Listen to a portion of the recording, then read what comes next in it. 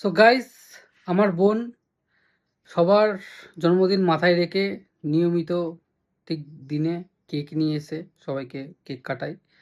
সেখান থেকে আমিও বাদ যাইনি। আমারও জন্মদিন। আমি বারণ করি, এগুলো আমার খুব একটা ভালো লাগে না। তো সেই লুকিয়ে চুরিয়ে কেক নিয়ে এসছে। চলো কেকটা কাটা যাক। তো এই হচ্ছে কেক। কাটলাম। Happy birthday to you. Happy birthday to you. Happy birthday, dear Dada. Happy birthday to you.